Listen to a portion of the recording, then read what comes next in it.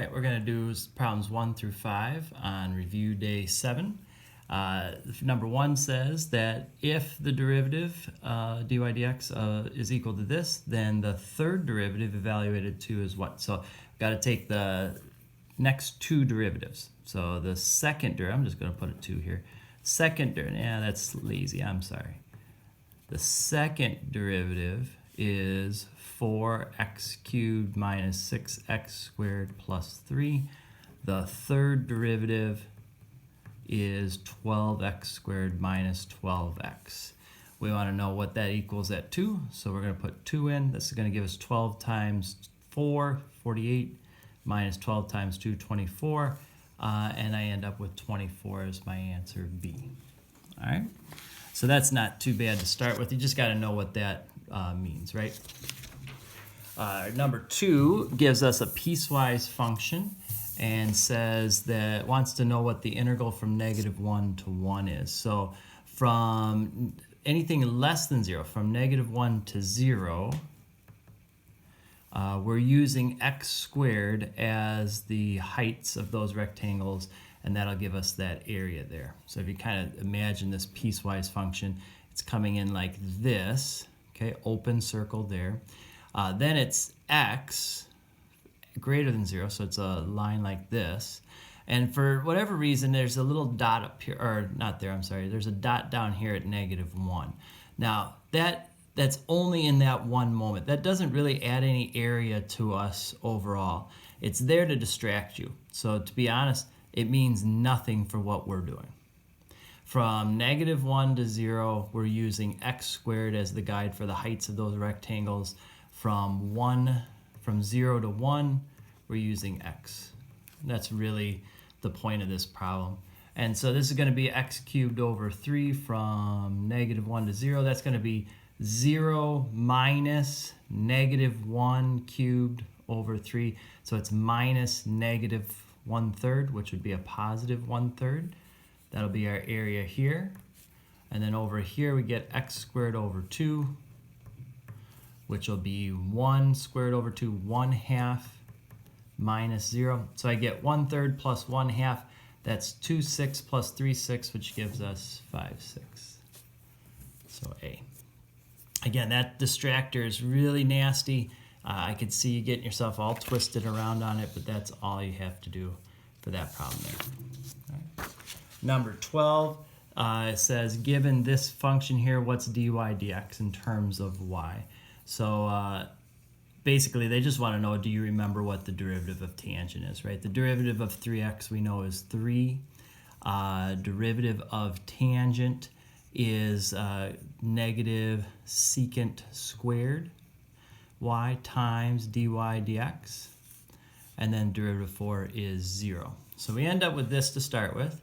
And they want to get dy dx by itself, so we're going to subtract 3.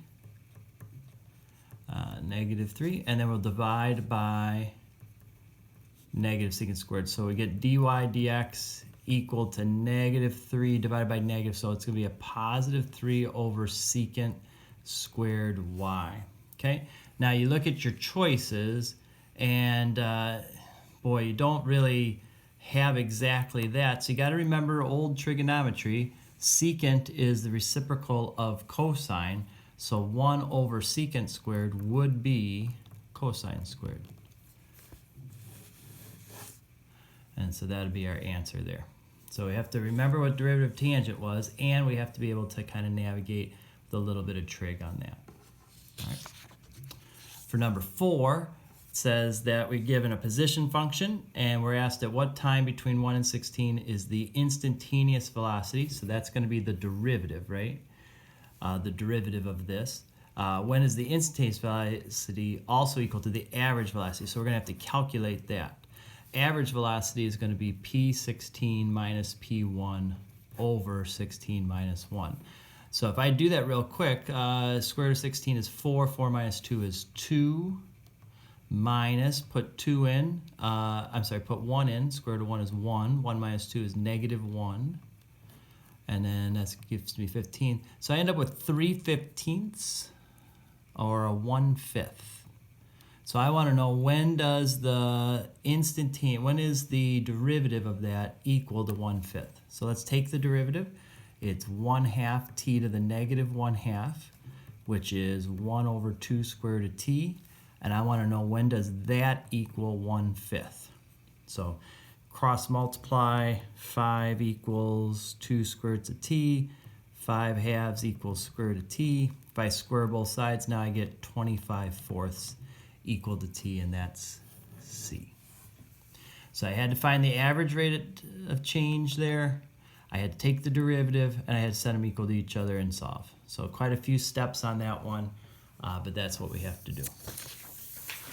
All right, and then number 5 gives us a function and wants to know what dy dx is at x equals 3.